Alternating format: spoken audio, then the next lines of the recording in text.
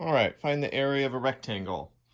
We have a rectangle here with two fractions measured in meters.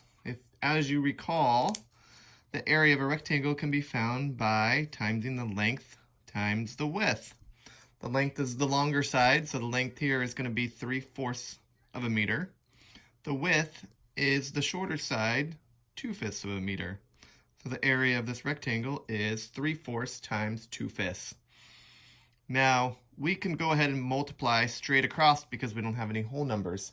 Before we multiply, however, we can ask ourselves if there's anything that we can simplify. It makes our answer much easier to get at the end.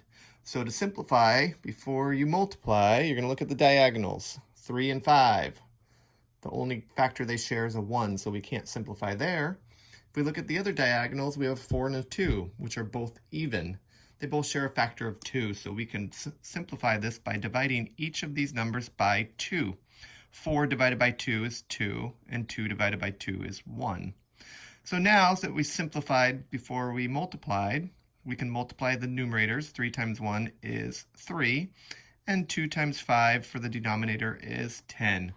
Once we get an answer for our area of this rectangle, if it's in a fraction form, we have to also ask ourselves if we need to simplify. Can we simplify 3/10? Well, 3 is a prime number, and it does not go into tens, so the area of this rectangle is 3/10, and then we can't forget the meters.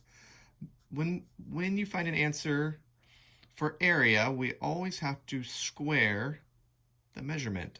So the answer to this would be 3/10 meters squared. Good job, everybody.